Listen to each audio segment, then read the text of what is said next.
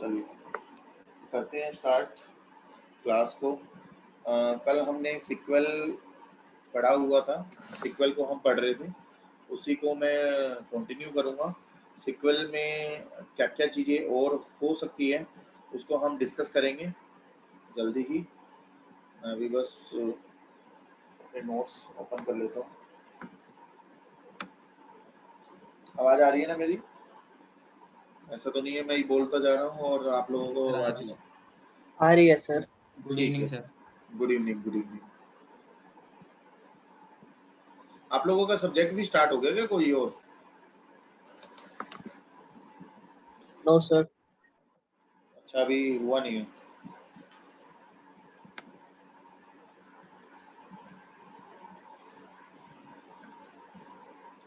तो आज sir Nishant sir का फ़ोन आया था, शायद वो कह रहे थे कोई सब्जेक्ट का टाइम सेट करने का।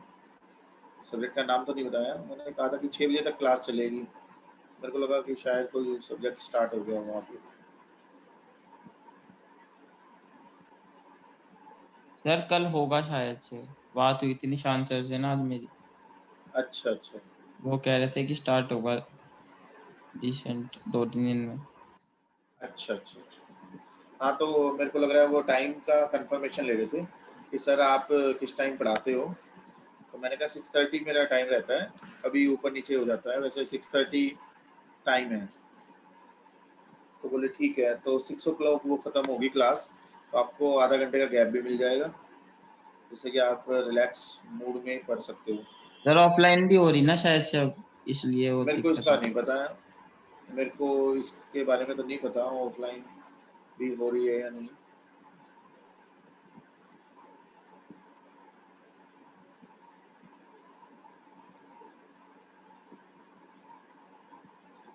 चलिए स्टार्ट करते हैं हम अपनी क्लास।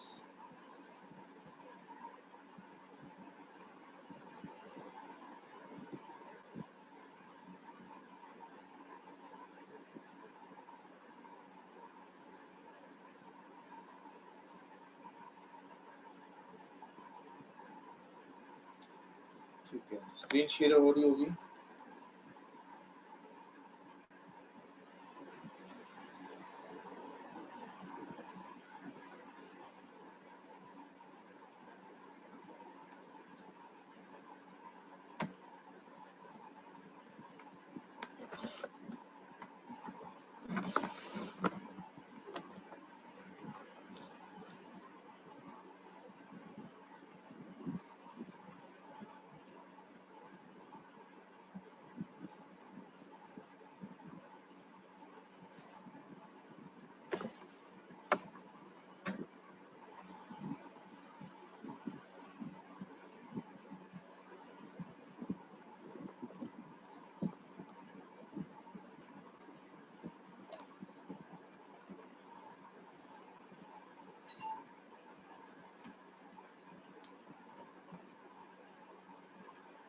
जी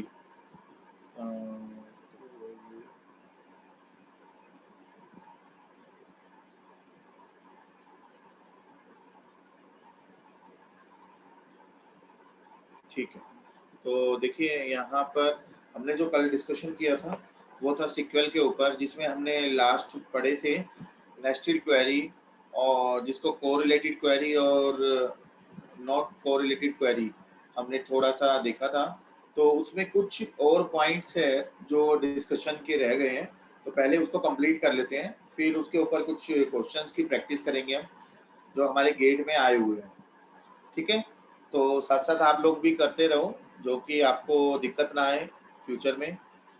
कभी ऐसा ना हो कि आप लोग बाद में करो और फिर फेस करना पड़ रहा है प्रॉब्लम्स, बाद में टॉपिक जो है ना ध्यान नहीं रहते हैं। तो बेटर है कि टाइमली आप चीज़ों को करते रहो, साथ साथ क्वेश्चंस को लगाते रहो, जिससे कि आप लोगों को डाउट कम से कम आए। डाउट तो आएंगे, कम से कम आएंगे। देखिए यहाँ पर जो मैं टॉपिक स्टार्ट कर रखा था, वो मैंने स्टार्ट कर रखा था सिक्वल। तो सिक्वल के अंदर कई बार आपके इस टाइप के भी क्वेश्चन आ जाते हैं, जिसमें आपसे पूछा जाता है एग्रीगेट फंक्शन के बारे में हम कर चुके हैं, तो कई बार इस टाइप के क्वेश्चन जो मैं देख पा रहा हूँ अभी, जैसे कि यहाँ पर रेंजेस की फॉर्म में आना, इन ऑपरेटर हम कर चुके हैं।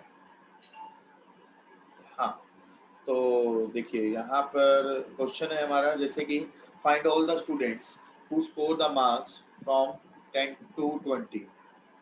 फॉर एग्जाम्पल क्वेश्चन है हमारा, find all the marks, find all the marks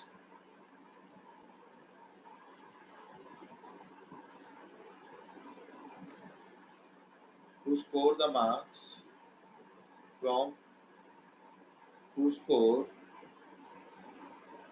from 10 to 20। ठीक है जी, इस तरह के भी क्वेश्चन मतलब क्वेरी की फॉर्म में आ सकते हैं। तो बहुत ही सिंपल सी क्वेरी बनती है इसकी। टेबल आपको दे रखी होगी, टेबल मैं एज्यूम कर लेता हूँ। यहाँ पर जो टेबल दे रखी है हमें, वो एक बार देख लेते हैं। तो यहाँ पर अभी टेबल नहीं दे रखी तो क्या होगा, हम सारे एट्रीब्यूट्स को सिलेक्ट करेंगे। जैसे कि यहाँ पर टेबल नहीं गिवन है, तो यहाँ हम नॉर्मल क्वेरी लगा सकते हैं। कैसे, यहाँ पर देखिए, सर बिटवीन एंड का इसमें लगाएंगे ना? हाँ, बिटवीन एंड का यहाँ पर लगेगा, बिटवीन का लगेगा यहाँ पर। अच्छा,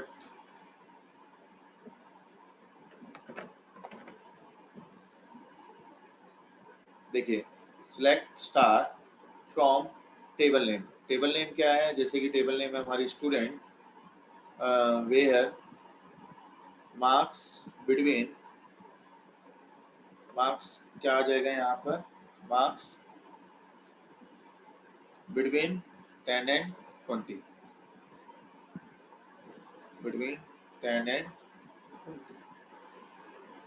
तो यहाँ पर क्या आएंगे, वो सारे स्टूडेंट्स आ जाएंगे जिनके मार्क्स 10 and 20 के बीच में है। ठीक है, तो ये बहुत ही सिंपल सी क्वेरी है, मगर आपको बिटवीन ऑपरेटर, इस टाइप की कंडीशंस पता होनी चाहिए। अब आगे बहुत बहुत बार ये Excuse me, क्वेश्चन sir. आए। हाँ जी, सर अगर हम इसमें लिखते कि where marks is greater than equal to 10 और बीच में ए एंड डी वाला and marks is less than equal to 20 तो वर्क करती है हाँ, क्वेरी? बिल्कुल वर्क करती। इसका दूसरा रूप ही वही है जो आप बता रहे हो, where marks greater than equal to 10 and marks less than equal to 20, ये भी वर्क करेगी अगर हम ये लगा देते हैं। ठीक है जी, ये भी वर्क करेगी। ओके उसके सर। बाद, ओके, उसके बाद है, जैसे कि कई बार आपको नल में कंफ्यूजन हो सकती है। जैसे मैं एक छोटे छोटे एग्जांपल से क्लियर करना चाहूँगा। जैसे यहाँ पर मैं लिखता हूँ, हमारे पास एक टेबल है जिसके अंदर नंबर ऑफ रो दे रखे 10 टपल्स। आर का मतलब है रो, टोटल रो दे रखी है हमें 10 टपल्स। ठीक है, तो यहाँ पर क्वेरी दे रखी है, लाइक क्वेरी है हमारी, सिलेक्ट स्टार फ्रॉम आर। पहली क्वेरी है हमारी, select star from R where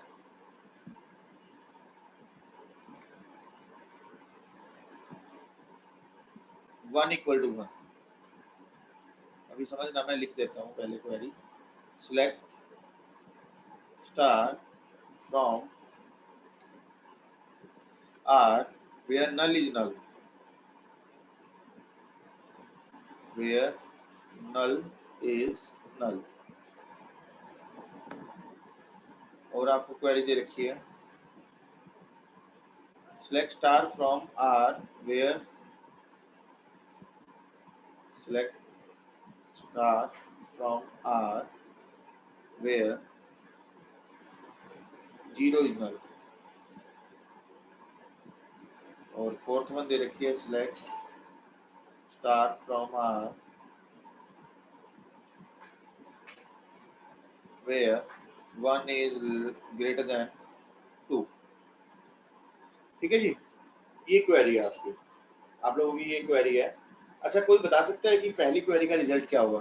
total number of रो हमें दे रखे 10 टपल्स, तो पहली क्वेरी का रिजल्ट क्या होगा, क्या रिजल्ट आएगा? सर 10 रोज। 10 रोज रिटर्न होगी। कैसे? सर वेयर हमेशा ट्रू रहेगा। वेयर हमेशा क्या देता है? सर इस केस में शायद वेयर हमेशा ट्रू रहेगा। बिल्कुल, वेयर हमेशा ट्रू रहेगा और जितनी हमारी रो है वो सारी की सारी हमारी रिजल्ट देता रहेगा। ठीक है, सारी की सारी रो हमारी सिलेक्ट होगी। मैं बताना चाहूंगा यहाँ पर 1 = 1 का मतलब ये है कि यहाँ कोई कंडीशन हमने किसी एट्रीब्यूट के ऊपर नहीं लगा रखी है। तो पूरी टेबल के अंदर जितने भी टपल्स हैं वो सारे के सारे रिजल्ट हमारे रिटर्न होंगे। तो पूरी टेबल के अंदर हमारे टपल कितने हैं? 10 टपल्स हैं, तो 10 के 10 हमारे रिटर्न हो जाएंगे। यहाँ पर दूसरे के अंदर क्या होगा? नल इज नल, इसका रिजल्ट क्या होगा? Sir same. तो ये भी ट्रू होगी। बिल्कुल, 10 रोज रिटर्न, सेम यही रिजल्ट आएगा। यहाँ पर भी 10 रो रिटर्न होगी क्योंकि ये भी हमारा ट्रू रहेगा। जितने भी टपल्स हैं वो सारे के सारे रिटर्न होंगे। अगले का बताओ। Sir false. सभी के लिए फॉल्स होगा, तो 0 रो रिटर्न। ठीक है, और नेक्स्ट ये ट्रू होगी, नहीं फॉल्स फॉल्स ये फॉल्स। फॉल्स होगा, 0 रो रिटर्न। समझ में आ गया? कोई डाउट हो तो पूछ सकता है कोई भी।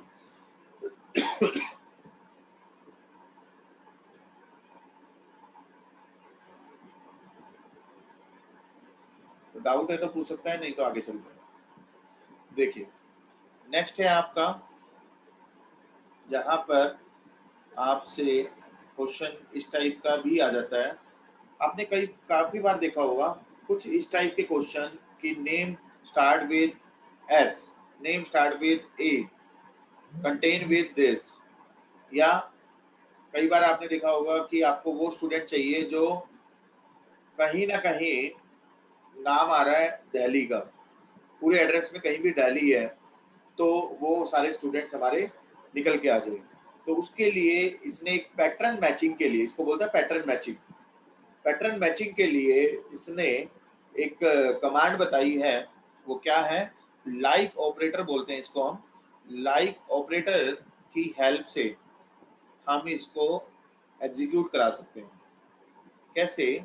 जैसे कि मान के चलो आपको दिया हुआ है, मैंने यहाँ पर कमांड लिखी select star from table name है फॉर एग्जांपल स्टूडेंट वेयर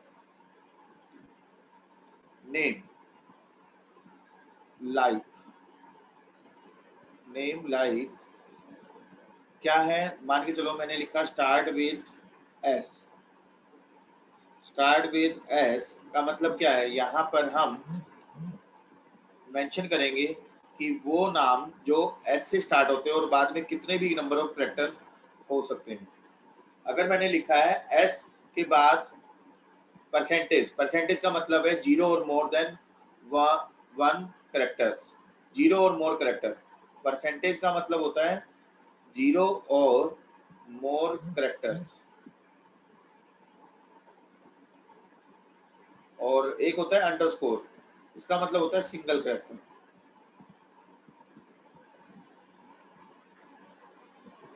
दो चीज है यहाँ पर, एक है परसेंटेज और एक है आपका अंडरस्कोर। तो यहाँ परसेंटेज है, तो मान के चलो सुमित नाम से है कोई टेबल के अंदर, सचिन नाम से कोई है, और सोलन कुछ इस नाम से है। तो इस टाइप से जितने भी नाम हैं हमारे, वो सारे के सारे किस में आएंगे? वो इसी के अंदर आएंगे।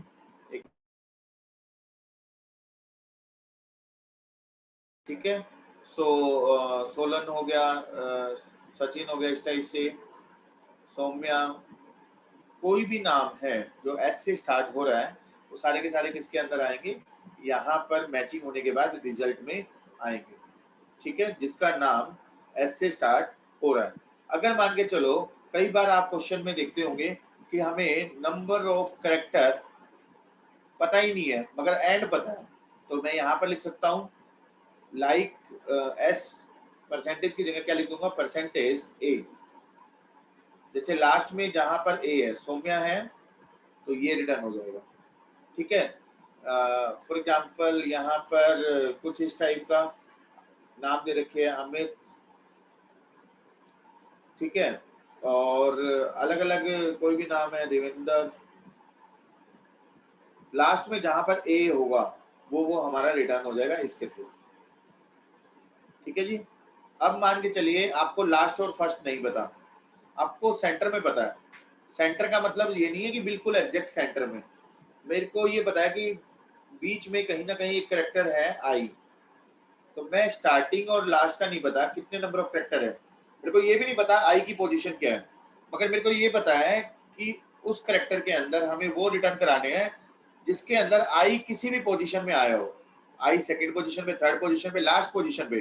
क्योंकि परसेंटेज का मतलब ये नहीं है कि कैरेक्टर होना ही होना चाहिए, परसेंटेज का मतलब है 0 कैरेक्टर और मोर कैरेक्टर। तो मतलब आई लास्ट में भी हो सकता है, आई पहले भी हो सकता है, और या सिर्फ आई भी है तो भी वो रिटर्न होगा, क्योंकि परसेंटेज का मतलब है 0 और मोर कैरेक्टर। तो यहाँ पर 0 और मोर कैरेक्टर का मतलब क्या है कि कोई है या नहीं है, doesn't matter, the point is I होना चाहिए। आई अगर है तो रिटर्न होगा, और किसी भी पोजीशन पे है आई तो रिटर्न होगा। ठीक है, तो ये इस तरह से यूज करते हैं। और आपको अगर इस तरह से रिटर्न कराना है कि कोई भी आपको नाम रिटर्न कराना है 3 लेंथ का, आपको नाम ही नहीं पता, तो पहला अंडरस्कोर, दूसरा अंडरस्कोर, तीसरा अंडरस्कोर, एक अंडरस्कोर क्या काम करता है, सिंगल कैरेक्टर के लिए। अब कैरेक्टर का नाम नहीं पता हमें ये बताया कि हमें वो सारे नाम चाहिए जिसकी लेंथ 3 है, लेंथ 3 है, वो सारे हमें नाम चाहिए। तो हम क्या करेंगे, 3 बार अंडरस्कोर यूज करेंगे। यहाँ पर परसेंटेज यूज नहीं कर सकते हम, परसेंटेज यूज कर ली तो वो तो 0 और मोर कैरेक्टर हो सकते हैं। ठीक है, तो कहीं पर भी अगर हमने परसेंटेज यूज कर दी तो वो 0 और मोर कैरेक्टर हो सकते हैं। तो कहने का मतलब है कि वो फिक्स नहीं होगा। हाँ, अगर मैं परसेंटेज यूज कर दूं, मान के चलो 3 कैरेक्टर है मेरे को पता है, तो मेरे को चाहिए 3 या 3 से ज्यादा, 3 या 3 से ज्यादा, तो मैं यहाँ परसेंटेज यूज कर दूंगा। 3 कैरेक्टर प्लस मोर कैरेक्टर वाले भी हमें चाहिए, तो इसको बोलेंगे हम एटलीस्ट 3 कैरेक्टर वाले नाम सारे के सारे रिटर्न हो जाए, एटलीस्ट 3 कैरेक्टर। ठीक है, और कई बार आपको पता होता है कि स्टार्टिंग कैरेक्टर क्या है, तो यहाँ मैं लिख रहा हूँ स्टार्टिंग कैरेक्टर है एस, और बाद में पता है 2 कैरेक्टर वाले ही चाहिए सिर्फ हमें, एस के बाद जैसे SON सन, ठीक है, SUN सन, तो इस टाइप के ही हमें नाम चाहिए। तो हम फिक्स कर देंगे लेंथ, अगर हमें पता है कि 3 ही कैरेक्टर है और जो कि स्टार्ट हो रहा है एस से, तो एस से स्टार्ट हो रहा है, 3 लेंथ है, तो कहने का मतलब है एस तो एक लेंथ हो ही गई, और दूसरी लेंथ, तीसरी लेंथ के लिए अंडरस्कोर यूज कर लेंगे। ठीक है, इस तरह से आप फिक्स कर सकते हो। क्लियर है, इतना समझ में आ गया है? तो लाइक जो यूज करते हैं हम, वो किसके लिए यूज होता है डियर, वो हमारा यूज होता है स्पेसिफाई करने के लिए जहां पर हमें पैटर्न मैचिंग करानी है। ठीक है, उसके बाद चलते हैं हम असेंडिंग ऑर्डर, डिसेंडिंग ऑर्डर हमने कर लिया था कल। इसके अंदर एक चीज रह गई थी, वो मैं बता देता हूँ।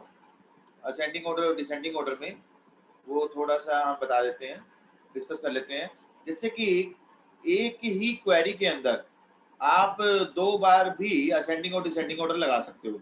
जैसे कि आपने लगाया ऑर्डर बाय में, ऑर्डर बाय में समझा रहा हूँ, जो हमने कल असेंडिंग ऑर्डर और डिसेंडिंग ऑर्डर करा था, जो कि बाय डिफॉल्ट हमारा क्या होता है, बाय डिफॉल्ट होता है हमारा असेंडिंग ऑर्डर। बाय डिफॉल्ट क्या होता है, असेंडिंग ऑर्डर।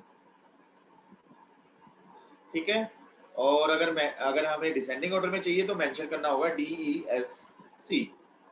ठीक है, तो यहाँ हमें क्या करना है, सिलेक्ट, मान के चलो select star from table name, table name है कंपनी, कंपनी नाम से टेबल है, और हमने ऑर्डर कर दिया इसको ऑर्डर बाय, कंपनी में एक एट्रीब्यूट है, मान के चलिए नेम, नेम को हमने कर दिया डिसेंडिंग, और इनवॉइस नंबर है उसको मैंने मेंशन कर दिया इनवॉइस नंबर उसको मेंशन कर दिया असेंडिंग। अगर देखिए यहाँ पर दो नाम है, एक नाम तो आपने कर दिया असेंडिंग ऑर्डर, एक नाम कर दिया आपने डिसेंडिंग ऑर्डर, तो ये कैसे चलेगा? तो ध्यान रखना ऑर्डर बाय के अंदर आपने दो एट्रीब्यूट को, एक को असेंडिंग कर दिया, एक को डिसेंडिंग कर दिया है, तो ऑब्वियस सी बात है दोनों की कॉरस्पॉन्डिंग तो नहीं चल सकता, ये एक ही को कॉरस्पॉन्डिंग शॉर्टिंग होगी तो हमेशा लेफ्ट टू राइट चलेगा, हमेशा लेफ्ट टू राइट ऑर्डरिंग होगी। कहने का मतलब है इसके अकॉर्डिंग हम चलेंगे। तो यहाँ पर मान के चलिए नेम है इस तरह से, ये इनपुट थी हमारी, इनपुट में लेके चल रहा हूँ। फॉर एग्जांपल नेम और इनवॉइस नंबर, नेम और इनवॉइस नंबर ये दो एट्रीब्यूट थे, ठीक है। और यहाँ पर लिखा हुआ है like A10 B7 A10 like this one C9 A2 for example ये लिखा हुआ है, तो इसका आउटपुट क्या आएगा अकॉर्डिंग टू क्वेरी? तो आउटपुट आएगा नेम इनवॉइस नंबर, ठीक है जी। और नेम के अकॉर्डिंग शॉर्टिंग होगी डिसेंडिंग ऑर्डर, मतलब पहले सी आएगा, सी के कॉरस्पॉन्डिंग 9 है, बी आएगा, बी के कॉरस्पॉन्डिंग 7 है, देन ए आएगा, ए ए ए, तीन हमारे ए हैं, ठीक है, तीनों ए के कॉरस्पॉन्डिंग हमें। अब देखो यहाँ पर मैं बता रहा हूँ ये चीज हो गई, अब ये तीनों सेम है ना, नेम के कॉरस्पॉन्डिंग डिसेंडिंग ऑर्डर में करना था, पहला ये हो गया, दूसरा ये हो गया, अब तीन ये सेम है तो तीनों के कॉरस्पॉन्डिंग अब इनवॉइस नंबर को प्रायोरिटी देंगे हम। पहले तो हमने नेम के कॉरस्पॉन्डिंग करा, अब नेम तीनों में सेम है तो इनवॉइस नंबर में क्या लिखा हुआ है, इनवॉइस नंबर को क्या चाहिए इसने असेंडिंग ऑर्डर, तीनों के कॉरस्पॉन्डिंग वैल्यू क्या दी हुई है 10 10 और 2, इसको हम असेंडिंग ऑर्डर में लिखेंगे 2 10 10। This is the result. समझ में आया? जब कभी भी हमारे पास शॉर्टिंग करनी है, दो एट्रीब्यूट है, दोनों एट्रीब्यूट में पहला एट्रीब्यूट को प्रायोरिटी देंगे, अगर पहला हमारा फेल हो जाता है इसको बोलेंगे फेल होना, जैसे ए ए ए तीनों में सेम वैल्यू है तो ये फेल हो गया। फेल जब हो जाता है तो उस केस में हम क्या करेंगे, यहाँ पर उस केस में हम दूसरे वाले को देखेंगे कि वहां पर क्या वैल्यू चाहिए, ठीक है जी। तो ए के कोरस्पॉन्डिंग हमने देखा कि इनवॉइस नंबर असेंडिंग ऑर्डर में होना चाहिए, तो इसीलिए यहाँ पर हमने लिखा 2 10 10, ठीक है जी। अब आगे चलते हैं हम, आगे हमारे जो लाइक वाला भी हमारा कंप्लीट हो गया, देन हमारी कुछ और हैं, जैसे कि मान के चले एक क्वेश्चन दे रखा है, ये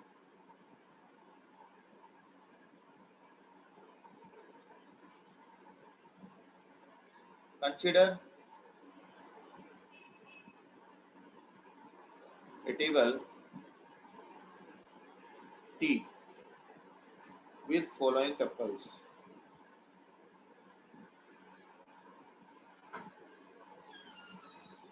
With following tuples, टपल क्या क्या है हमारे, जैसे यहाँ पर लिखा हमने आर नंबर और मार्क्स, ठीक है, वैल्यू दे रखी है 1 2 3 4, यहाँ वैल्यू दे रखी है 10 20 30 नल, ठीक है, ये सीक्वेंस हमारी दे रखी है। उसके बाद यहाँ पर ले रखा है क्वेरी, क्वेरी क्या दे रखी है, update T set marks equal two marks plus 5। उसके बाद है सिलेक्ट दूसरी क्वेरी एवरेज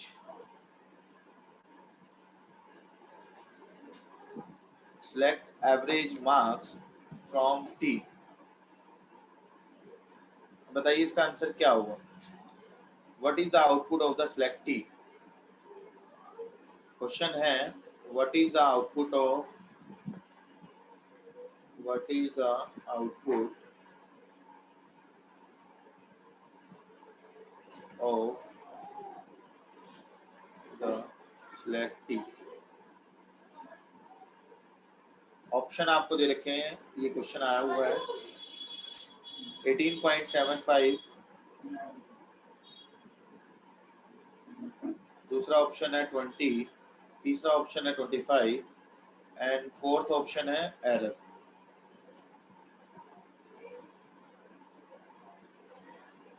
ठीक है, तो बताइए क्या आंसर आएगा, चेक करिए इसमें।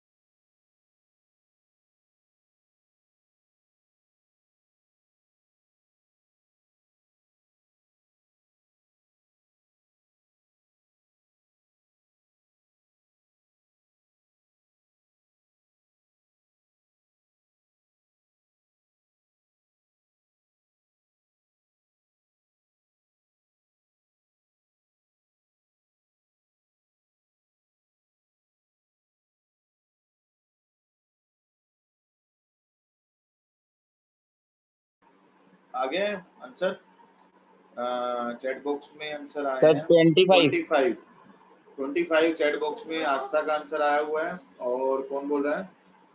सर वासु। वासु 25। मानिक ने आंसर दिया है एरर। देखिए क्या आंसर आएगा, देखते हैं एक बार। सर एरर तो नहीं आएगा इसमें?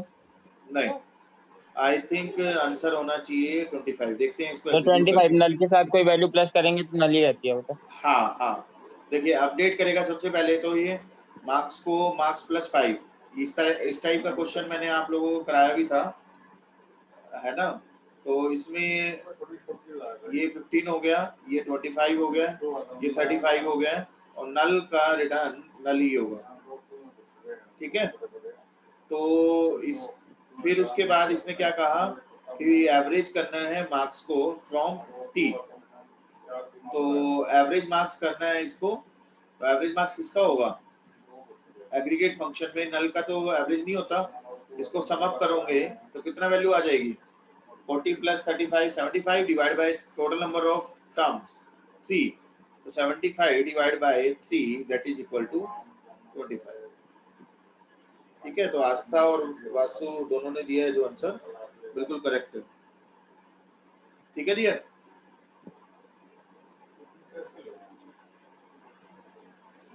समझ में आ गया है?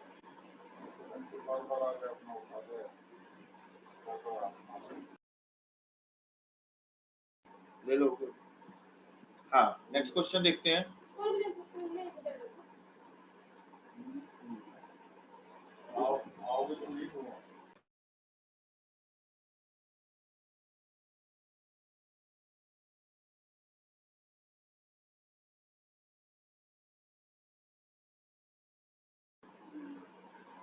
जी देखिए, नेक्स्ट है इसमें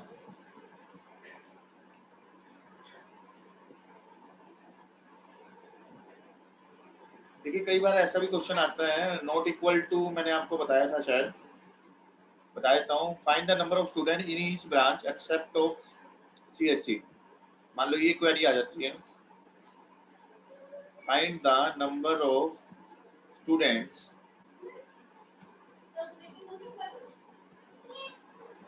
in each branch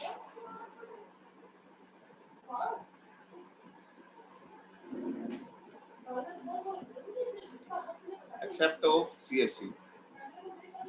अब देखिए क्वेश्चन क्या है कि आपको सारे स्टूडेंट्स चाहिए हर एक ब्रांच के CSC ब्रांच को छोड़ के। ठीक है, तो इसके लिए क्वेरी क्या लगाएंगे हम?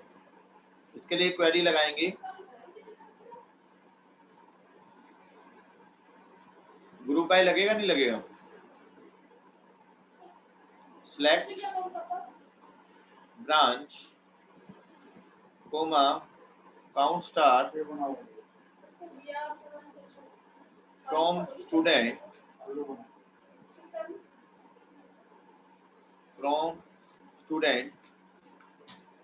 ये कंडीशन लगा सकता हूं मैं, where branch not equal to. देखिए नॉट इक्वल टू मैं बताना चाह रहा हूं, यहाँ पर नॉट इक्वल टू का ऑपरेटर है ये वाला, नॉट इक्वल टू CSC। ठीक है, ये वाला है हमारा नॉट इक्वल टू का।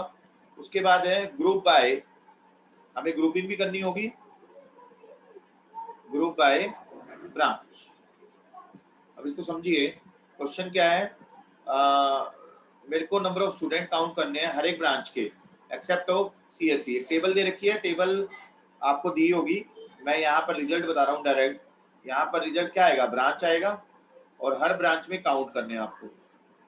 तो पहले तो ब्रांच को ग्रुपिंग कर देगा ये, मान के चलो ब्रांच है, यहाँ पर ये टेबल दे रखी है आपको, और यहाँ पर ब्रांच के कोरस्पॉन्डिंग यहाँ पर नंबर दे रखा है काउंट में।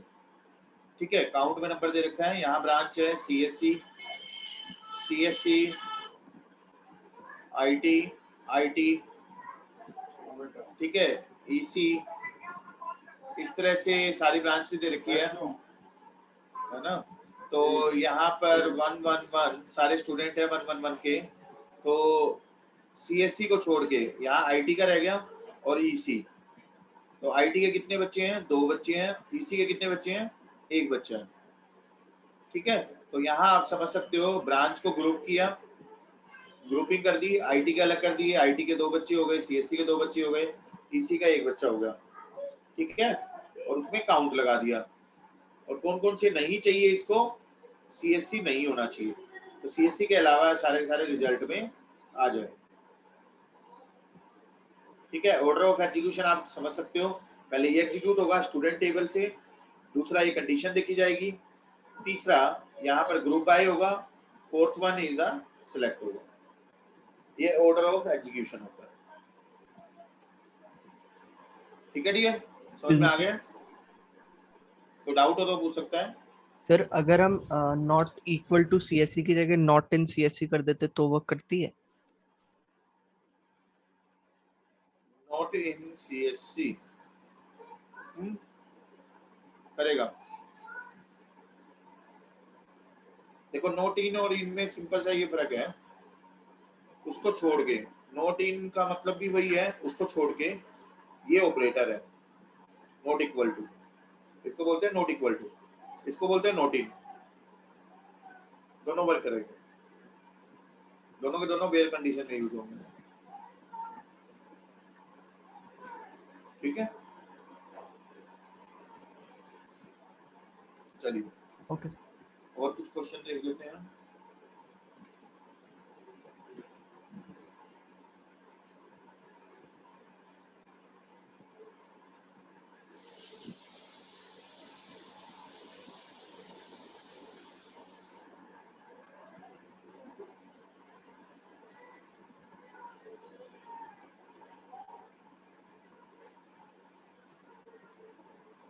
देखिए ये तो पता ही होगा आप लोगों को, 3 टाइप के आपके ऑपरेशन होते हैं। कौन कौन से? Intersection, union and except. ये मैनिपुलेशन ऑपरेशन होते हैं हमारे सीक्वल के अंदर। ठीक है, सेट, मैनिपुलेशन, ऑपरेशंस। सेट के ऊपर होते हैं हमारे, सेट, मैनिपुलेशन, ऑपरेशंस। ठीक है, कौन कौन से होते हैं हमारे सेट, मैनिपुलेशन, ऑपरेशंस? एक आर टेबल है, एक एस टेबल है। तो पहली चीज तो ये ध्यान रखना, इसमें जितने एट्रीब्यूट है उतने ही एट्रीब्यूट यहाँ पर होने चाहिए, उतने ही एट्रीब्यूट यहाँ पर होने चाहिए। फॉर एग्जांपल एबीसी यहाँ पर है, यहाँ पर भी 3 एट्रीब्यूट है, तभी हम यहाँ पर क्या परफॉर्म कर सकते हैं? 3 ऑपरेशन होते हैं हमारे, यूनियन, इंटरसेक्ट एंड एक्सेप्ट। ठीक है जी, तीनों के तीनों कंपैटिबल कब होंगे? तीनों ऑपरेशन कंपैटिबल कब होंगे? जब यहाँ पर सबसे पहला तो यही चीज है जो मैंने अभी बताया, same number of column, same number of column.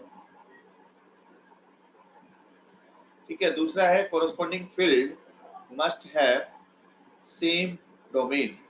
Corresponding field जो है, इनके कोरस्पॉन्डिंग फील्ड जो है वो डोमेन भी सेम होना चाहिए, मतलब उसका डाटा टाइप जो है वो भी सेम होना चाहिए। Field must have same domain.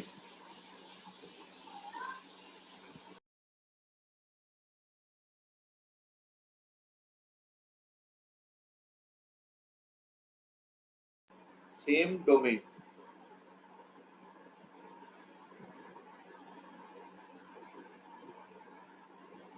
ठीक है, तो डोमेन का मतलब समझ में आ गया होगा। इंटीजर टाइप का है, मान के चलो ए, तो डी भी इंटीजर टाइप का होना चाहिए। ये क्यों बोल रहा है? क्योंकि जब हम आपस में इनको यूनियन करेंगे, इंटरसेक्ट करेंगे, तो उसके अंदर जो वैल्यू है, नंबर को नंबर से ही हम यूनियन कर सकते हैं। ठीक है, इंटरसेक्ट भी करेंगे तो अगर एक एट्रीब्यूट यहाँ पर है नंबर और दूसरा एट्रीब्यूट वहां पर इंटीजर है, सॉरी कैरेक्टर है, तो उसको हम कंपैटिबल नहीं मानेंगे। तो जैसे कि हम एग्जांपल देखें, यहाँ पर एग्जांपल क्या है कंपैटिबिलिटी, अगर हम देखेंगे, एक सेकेंड देखिए, जैसे कि यहाँ पर आपको क्वेश्चन दे दिया जाएगा, 2 टेबल है, डिपॉजिटर और बोरोवर। डिपॉजिटर टेबल है, एक बोरोवर टेबल है। डिपॉजिटर में 2 एट्रीब्यूट है, account number, customer name. Account number and कस्ट नेम, मतलब कस्टमर नेम। ठीक है जी, और बोरोवर मतलब जो बैंक से लोन लेते हैं हम, लोन नंबर और उसका नाम। ठीक है जी, तो ये 2 टेबल हैं, दोनों टेबल में 2 एट्रीब्यूट है। क्वेश्चन आपको पूछा जाता है, find name of the customers. पहली क्वेरी पूछी जाती है, find name of customers who have an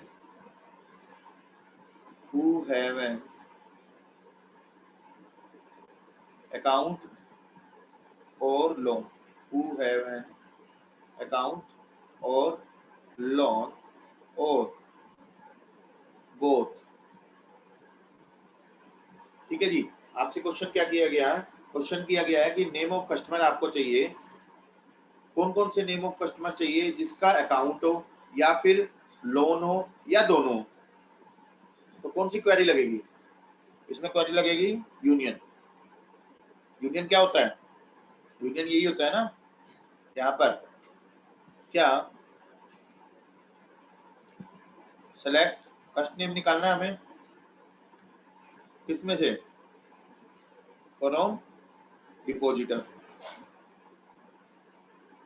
account number होगा, ठीक है, सभी का अकाउंट नंबर होगा डिपॉजिटर में कस्टमर नेम का, तो वो निकल जाएगा। यहाँ क्या निकलेगा? सिलेक्ट फर्स्ट नेम फ्रॉम बरोबर, यहाँ क्या निकल जाएगा? हर एक कस्टमर नेम निकल जाएंगे जिसका लोन है, ठीक है। इसको क्या कर दें? यूनियन कर दें दोनों को। यूनियन क्या होता है? ये मान लो एबीसी है, ये मान लो CDEF है, तो यूनियन क्या करेगा? रिजल्ट दे देगा इसका ABC, और जो कॉमन है उसको वन टाइम लिखेंगे हम, यहाँ आ जाएगा D and F। तो C जो था वो बोथ में आ गया, D और F दोनों के दोनों कस्टमर नेम है जिसका लोन है, AB वो है जिसका अकाउंट है। तीनों कंडीशन आ रही है यहाँ पर, ठीक है जी, समझ में आ गया? चले आगे।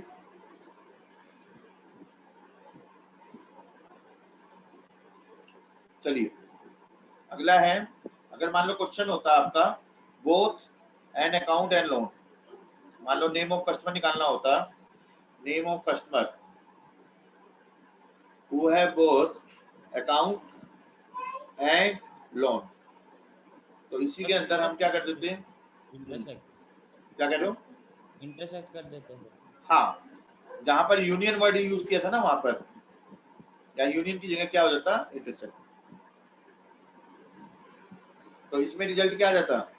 ABC है, CDF है, उसका रिजल्ट आ जाता C, इंटरसेक्ट,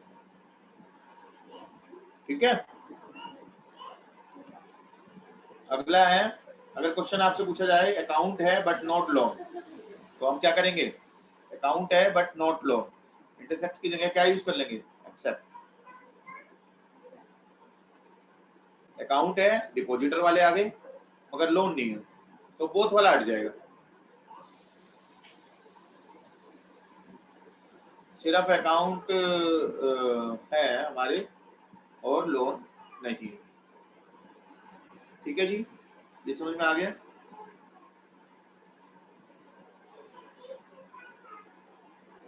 ठीक है, आगे चलते हैं हम।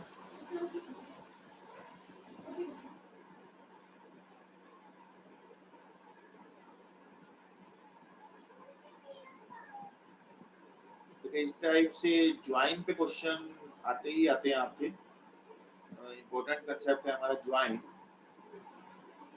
देखिए ज्वाइन क्या होता है? ज्वाइन आप लोगों को थोड़ा सा आइडिया होगा, ज्वाइन का मतलब यही है दो चीज को जोड़ना। तो ये हमेशा ज्वाइन के लिए आपको दो टेबल चाहिए, या एक टेबल के अंदर ही अगर आपको ज्वाइन करना है सॉरी, तो उसके लिए आप बोलते हैं सेल्फ ज्वाइन। एक ही टेबल अपने आप में ही ज्वाइन अगर करें तो उसको बोला जाता है सेल्फ ज्वाइन। तो ज्वाइन के लिए आपको फिर भी एक टेबल के अंदर भी अगर आपको करना है तो उसमें दो टेबल आपको चाहिए ही चाहिए, ठीक है जी। तो यहाँ अगर हम देखें तो ज्वाइन ऑपरेशन बेसिकली किस लिए काम आता है हमारा? कंबाइन करने के लिए, जब दो टेबल्स को हमें कंबाइन करना है इनटू द सिंगल वन, उसके लिए हम यूज करते हैं ज्वाइन, ठीक है। जैसे कि मान के चलो यहाँ पर टेबल है एम्प्लॉय नाम से, और एक टेबल है आपकी डिपार्टमेंट DEPT, ठीक है जी। एम्प्लॉय के अंदर एट्रीब्यूट दे रखे हैं, for example E number, E name, E number, E name, city, department number, ठीक है जी। उसके बाद है डिपार्टमेंट में डी नंबर है, मतलब डी नंबर को आप डिपार्टमेंट नंबर ही लिख लो, सेम रहेगा, एक ही बात है, और डी नेम, ठीक है जी। तो यहाँ पर देखिए एम्प्लॉय और डिपार्टमेंट दो टेबल दे रखी है और क्वेश्चन करा find name of employee working in research department, find name of employees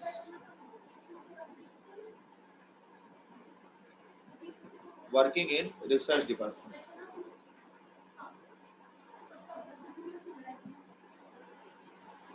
ठीक है जी, डीपीईटी लिख रहा हूँ डिपार्टमेंट के लिए।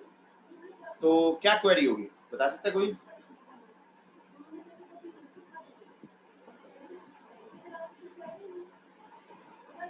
बता सकता है कोई क्या क्वेरी होगी?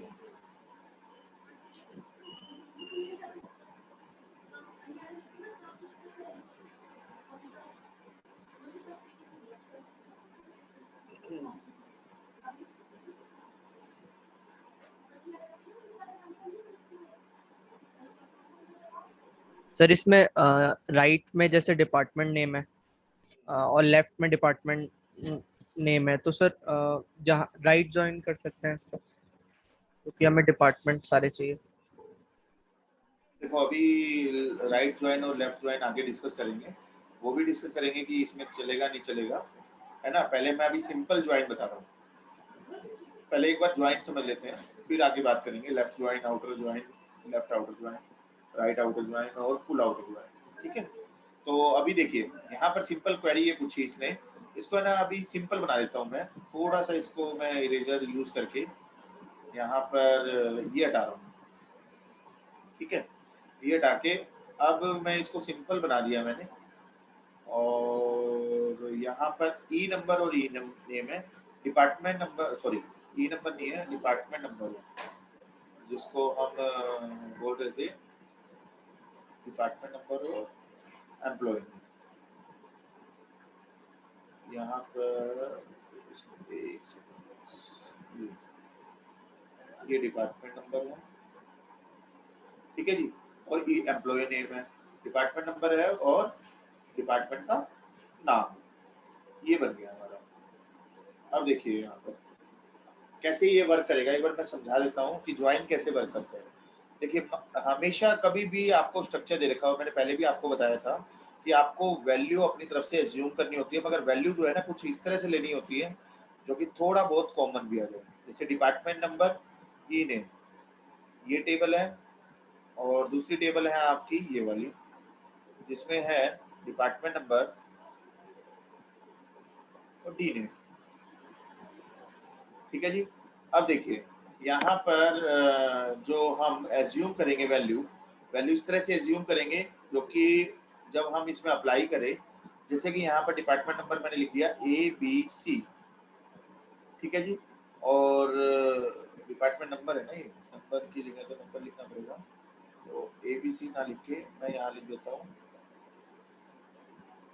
डिपार्टमेंट नंबर, वैल्यू लिख देते हैं कोई, मान के चलो 99, 100, 99, और एम्प्लॉय नेम लिख देते हैं ABC।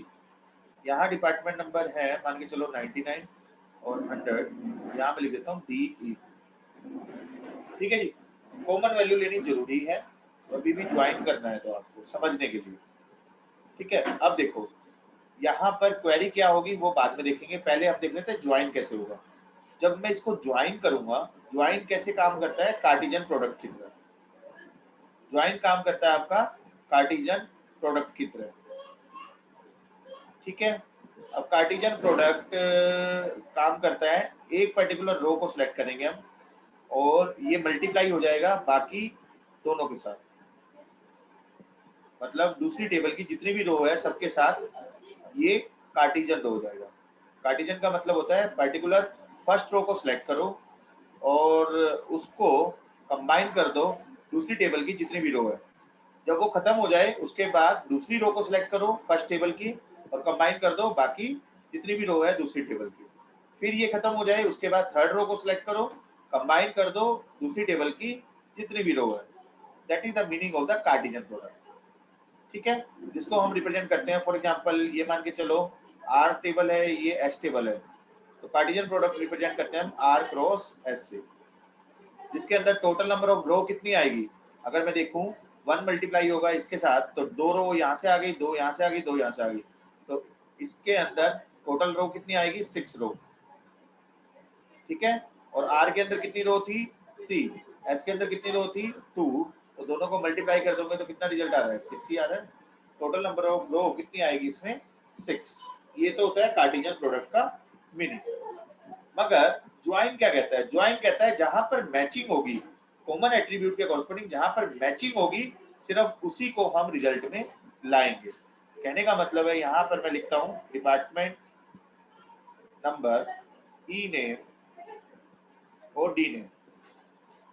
देखो यहाँ पर डिपार्टमेंट नंबर दोनों में कॉमन है इसको वन टाइम लिखा हमने, एम्प्लॉय नेम और डी नेम ये लिख रहे हैं हम। अब देखिए डिपार्टमेंट नंबर 99 ये किसके साथ मैच होगा, सबसे पहले मैं ब्लैक पेन यूज कर लेता हूँ आपको इजीली समझ में आ जाएगा। ये कंबाइन होगा इसके साथ और इसके साथ, ठीक है जी। मैं दोनों में लिख लेता हूँ, दोनों को लिख देता हूँ यहाँ पर 99 डिपार्टमेंट नंबर, एम्प्लॉय नेम ए और डी नेम है आपका डी, ठीक है। उसके बाद है यहाँ पर, और दोनों को लिखने में थोड़ा सा दिक्कत है, कॉमन वाला एक ही बार लिखा जाएगा। तो यहाँ मैं आपको बता देता हूँ 99A, ये 99 किससे मैच कर गया है, इससे मैच कर गया है, इससे मैच नहीं कर रहा तो इसको हम नहीं लिखेंगे। तो दोबारा बता देता हूँ डिपार्टमेंट नंबर यहाँ पर कॉमन है, कॉमन में जहां पर कॉमन वैल्यू होगी वही रिजल्ट में आएगी ज्वाइन करके। दूसरा यहाँ पर देखिए अगला है डिपार्टमेंट नंबर 100, इस रो को सिलेक्ट करेंगे 100 के कॉरस्पॉन्डिंग ई नेम क्या है बी और डिपार्टमेंट नेम क्या है। अब देखो 100 किसके साथ मैच होगा, 99 से तो नहीं होगा, 100 इससे मैच होगा तो इसके कॉरस्पॉन्डिंग डी नेम आ जाएगा ई। फिर अगली रो को सिलेक्ट करेंगे 99 मैच करेगा डिपार्टमेंट नंबर डी के साथ, यहाँ डी लिख देंगे और यहाँ पर आ जाएगा सी। कोई दिक्कत परेशानी किसी को,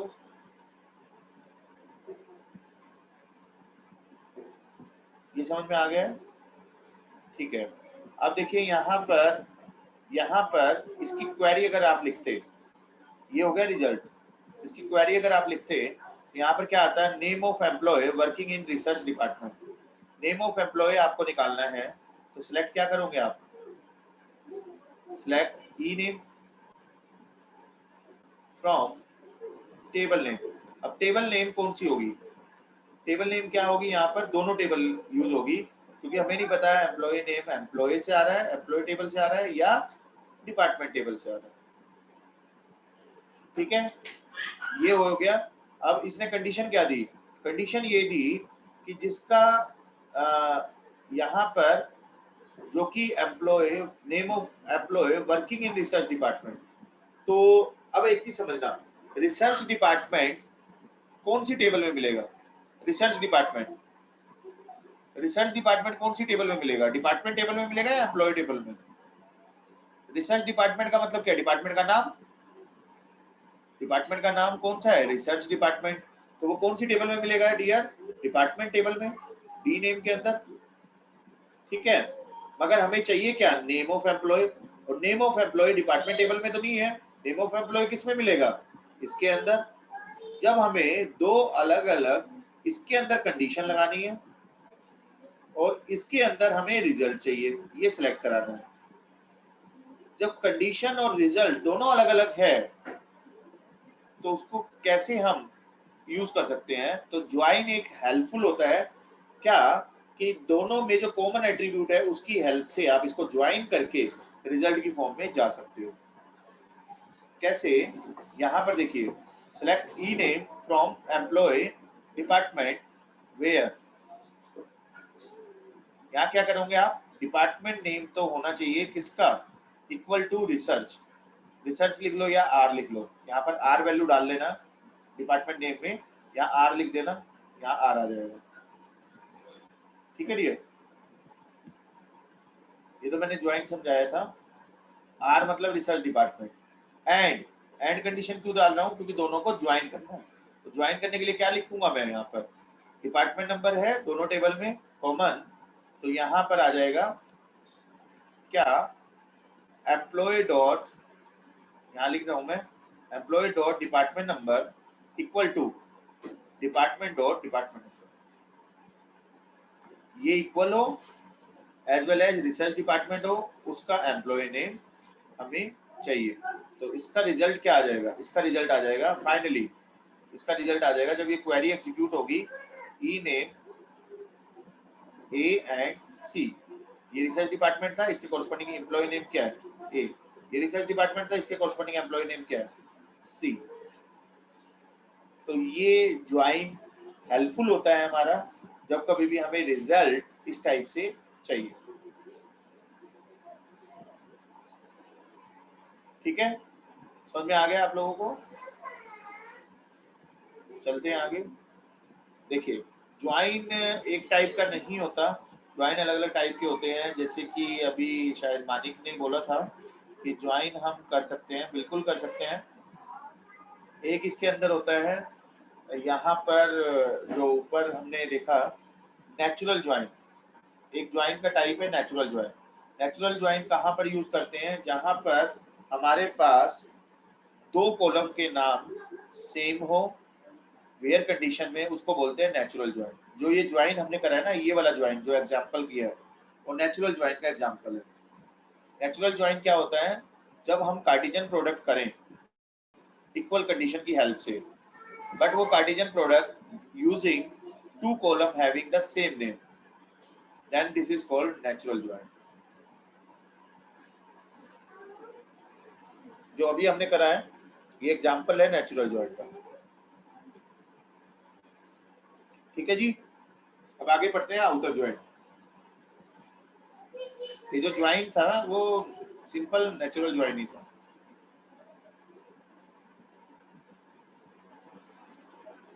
नेक्स्ट है आउटर ज्वाइन। आउटर ज्वाइन के लिए यहाँ पर टेबल ले लेते हैं, फैकल्टी नाम से टेबल है, कोर्सेज नाम से टेबल है। फैकल्टी में यहाँ है FID, एफ नेम, ठीक है, 1 2 3 फैकल्टी नेम है, मान के चलो ABC। कोर्सेज क्या क्या है, कोर्सेज यहाँ मैं लिख लेता हूँ,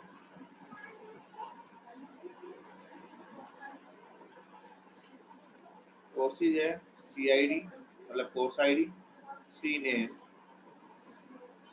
FID, ठीक है। CID मान लो यहाँ पर है 9900-101, सी नेम है मतलब कोर्स नेम है DBMS, compiler design TOC, faculty ID है 113। मान के चलो ये एग्जांपल है, और इस एग्जांपल में आपको दिया हुआ है यहाँ पर आउटर ज्वाइन परफॉर्म करनी है।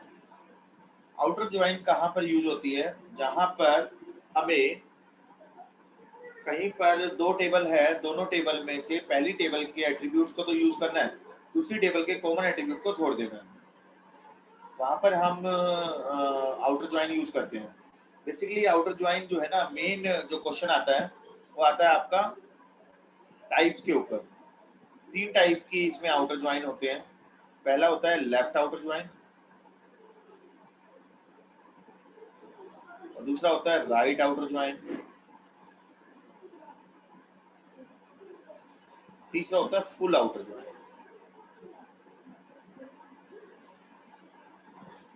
ठीक है, ये 3 आउटर ज्वाइन होते हैं हमारे, जो हमारे यूज होते हैं। वन बाय वन पढ़ते हैं। लेफ्ट आउटर ज्वाइन क्या होता है, जहां पर समझ लेना अभी,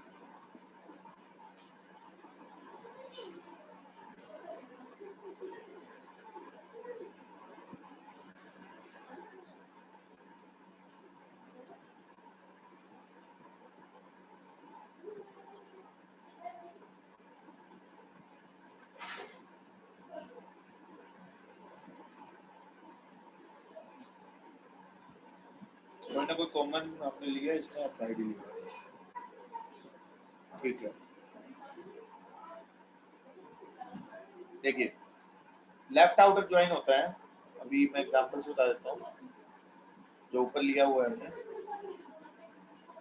जहां पर लेफ्ट में जैसे मैंने लिखा यहाँ पर select from table name where, मैंने लिख दिया faculty left outer join courses, ये लिख दिया। ठीक है जी। तो यहाँ पर क्या आ जाएगा, ये ध्यान रखना, थोड़ा सा ध्यान से समझना है जो मैं लिखना चाह रहा हूँ। लेफ्ट में कौन सा है, फैकल्टी है या कोर्स है? लेफ्ट में हमारा जो भी है, जैसे कि यहाँ पर लिखा है फैकल्टी और यहाँ पर लिखा हुआ है आपका कोर्सेज, तो लेफ्ट साइड में कौन सा है हमारा, फैकल्टी। तो फैकल्टी मतलब फैकल्टी नाम से जो टेबल है उसके जो भी एट्रीब्यूट है वो तो आएंगे ही आएंगे, FID और FNAME, वो तो एट्रीब्यूट आएंगे ही आएंगे, उसके कॉरस्पॉन्डिंग वैल्यू भी सारी आएगी 1 2 3 ABC, ठीक है, वैल्यू भी सारी की सारी आ जाएगी। अब यहाँ पर क्या होगा, जो राइट साइड में एट्रीब्यूट है वो आएंगे CID CNAME, राइट साइड के एट्रीब्यूट भी आएंगे। बस यहाँ पर क्या होगा, 1 जो है वो मैच कर रहा है 1 से, देखिए यहाँ पर 1 1 मैच कर रहा है, मैच अगर कर रहा है तो 1 के कॉरस्पॉन्डिंग यहाँ पर क्या आ जाएगा, 1 के कॉरस्पॉन्डिंग यहाँ पर आ जाएगा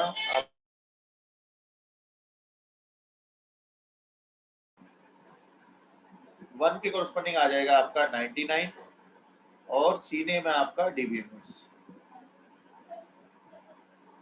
मैं क्या कह रहा हूँ यहाँ पर, अगर मैचिंग हुई तो वो आएगा ही आएगा, जैसे 1 के कॉरस्पॉन्डिंग यहाँ पर DBMS है और 99 है।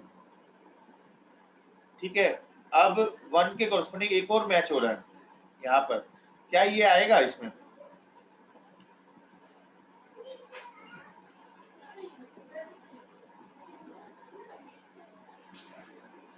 क्या ये आएगा,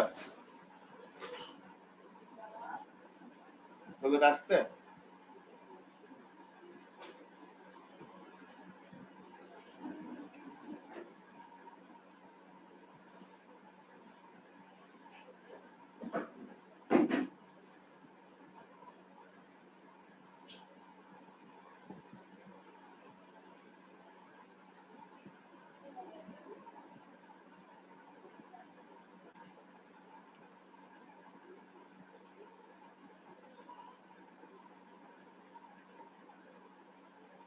हेलो, सुन पा रहे हो आप?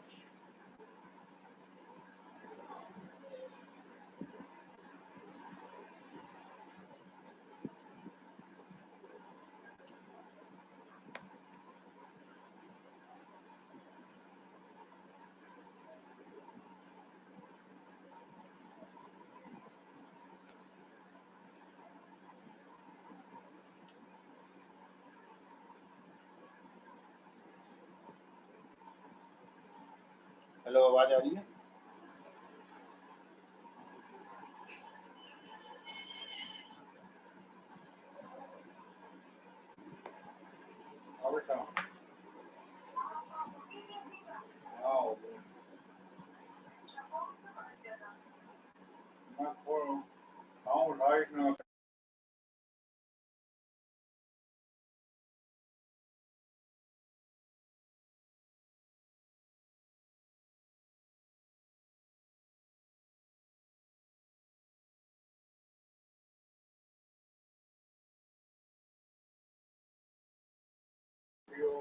आवाज आ रही है मेरी?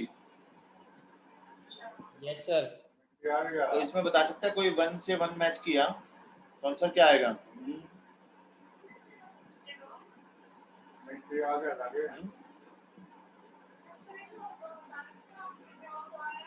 देखो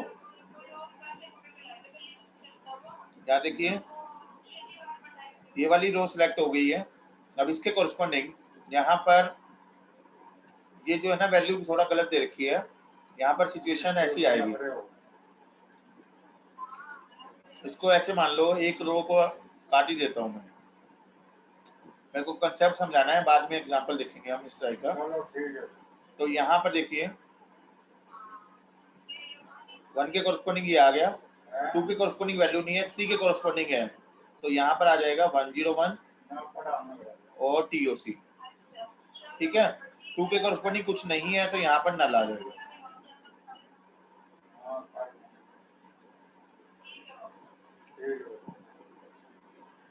ठीक है, ये क्लियर है। राइट आउटर ज्वाइन में कैसे होता है? राइट आउटर ज्वाइन में हम राइट वाले को यहाँ पर, जैसे मान लो यहाँ पर मैं लिखता हूँ लेफ्ट की जगह राइट, तो कोर्सेज जो है, कोर्सेज वाले को हम प्रायोरिटी देते हैं। तो कोर्सेज में क्या क्या है? CID, CNAME, FID। ठीक है, मान के चलो एक और वैल्यू मैं डाल देता हूँ यहाँ 100 CD और 4, तो यहाँ पर वैल्यू आ जाएगी 99, 100, 101 DBMS, CD, TOC, यहाँ वैल्यू आ जाएगी 143। अब इसके कॉरस्पॉन्डिंग यहाँ पर है F नेम, तो 1 से 1 मैच कर गया तो F नेम आ जाएगा 1, 4 है ही नहीं यहाँ पर, 3 से 3 मैच कर गया तो यहाँ पर नेम आ जाएगा C, और जो भी नाम नहीं है वहां पर क्या आ जाएगा? नल। जो भी नाम नहीं है वहां पर क्या आ जाएगा? नल। ठीक है जी। और फुल आउटर ज्वाइन क्या होगा? दोनों का मिक्स कर देंगे, दोनों को मर्ज कर देंगे, लेफ्ट वाले को और राइट वाले को दोनों को मर्ज कर देंगे, तो रिजल्ट आ जाएगा हमारा फुल आउटर ज्वाइन। अगर मैं यहाँ पर कहूँ तो क्या आ जाएगा? ये टेबल आएगी हमारी,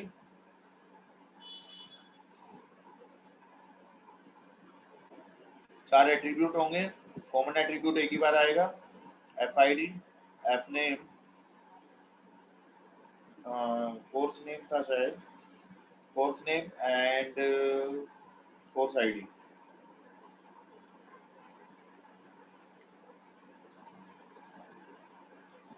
ठीक है, तो यहाँ पर वैल्यू देख लो 1A99, 1A99, 1A99, CID है यहाँ, DBMS, यहाँ CID है और यहाँ CNAME, DBMS। ठीक है, उसके बाद है यहाँ पर 2B नल नल, इसको मर्ज कर रहे हैं हम, 2B नल नल। अगला है 3C 101 TOC, 101 TOC। ठीक है, अब देखो मर्ज कैसे कर रहा हूं मैं, ये तो हो गया लेफ्ट वाले। राइट वाले 1A DBMS 99, ये तो ऑलरेडी आया हुआ है, 1A 99 DBMS ऑलरेडी आया हुआ है, तो इसको बार बार नहीं लिखेंगे। फिर उसके बाद है 100 CD 4 नल, 100 CD 4 और नल, मतलब सीक्वेंस चेंज हो गई थोड़ी सी, आप उसको देख सकते हो। 101 TOC 3 और C, 101 C 3 और TOC ऑलरेडी आया हुआ है, तो उसको नहीं लिखेंगे। This is known as a full outer join, जो कि मर्जिंग है किसका? Left as well as right का। ठीक है जी, इतना समझ में आ गया आप लोगों को?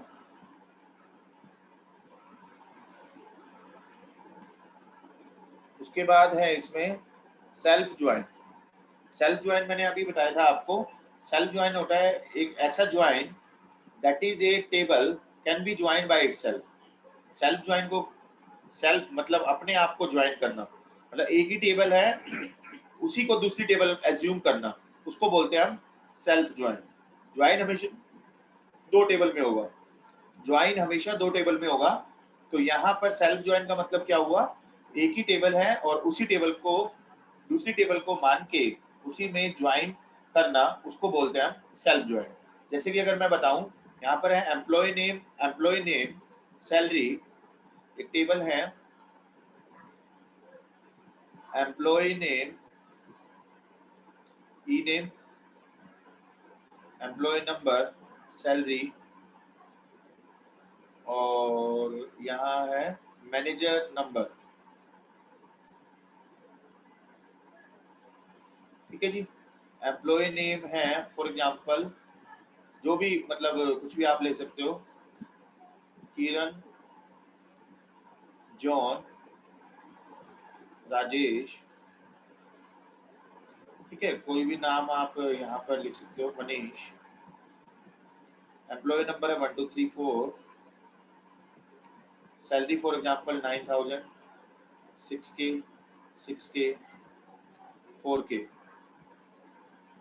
ठीक है, और मैनेजर नंबर यहाँ स्लैश लिख दिया मैंने 112। कई बार ये सेल्फ ज्वाइन का कंसेप्ट आता है, तो यहाँ पर ये पूछा है find employee name and his manager. Find employee name and his manager. तो क्वेरी क्या होगी, एक ही टेबल को हम रीनेम करेंगे दो टेबल से। कैसे, यहाँ पर एक टेबल को तो हम ई मान लेंगे, एक टेबल को हम एम मान लेंगे। इसको ई मान लिया, इसी को कॉपी बना देंगे हम, इसी की कॉपी बना देंगे, यही टेबल सेम होगी, वैल्यू होगी, इसको एम मान लेंगे। ठीक है, सेम टेबल में हमें ज्वाइनिंग करनी है और क्या फाइंड आउट करना है यहाँ पर, employee name and manager name. ठीक है, तो यहाँ पर कैसे क्वेरी लगाएंगे, सिलेक्ट करेंगे एम्प्लॉय नेम, जैसे कि मैंने लिख दिया E dot from table name मैं लिख रहा हूँ।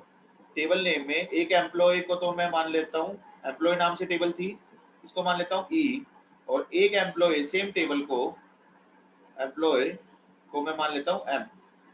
ठीक है जी, तो ई डॉट ई जहां भी यूज करूंगा इसका मतलब क्या है, एम्प्लॉय टेबल में से मैं ले रहा हूँ ई वाली से। ठीक है, तो एम्प्लॉय का ई नेम हमें चाहिए। ठीक है, और मैनेजर का क्या चाहिए हमें, मैनेजर का भी ई नेम चाहिए। ठीक है जी, मैनेजर नेम तभी तो होगा, मैनेजर का भी एम डॉट ई नेम चाहिए। इसको मैं मैनेजर कह दूंगा, रीनेम कर दिया मैंने, और इसको मैं क्या कह दूंगा, एम्प्लॉय ई नेम। ठीक है, ये रीनेम किया, ई डॉट ई नेम को बार बार ना लिखना पड़े, ई नेम लिख दिया। एम डॉट ई नेम को बार बार ना लिखना पड़े, इसको मैनेजर बोल दिया। ठीक है, और इसको ज्वाइन करना है तो कौन सी कंडीशन लगाते हैं हम, वेयर क्या लगाएंगे, E dot manager number equal to क्या होगा, एम डॉट ई नंबर, दोनों को वो कर देंगे हम। तो यहाँ पर क्या रिजल्ट आ जाएगा, देखिए ये 1 इस 1 से मैच कर जाएगा, तो इसके कॉरस्पॉन्डिंग टेबल में रिजल्ट क्या आएगा बताओ, ई नेम आएगा, रीनेम कर दिया था ना आपने, ई नेम और मैनेजर। यहाँ आ जाएगा आपका ई नेम, 1 से 1 मैच कर गया तो किरण आ गया, और मैनेजर जो कि ई नेम है वो क्या आ जाएगा,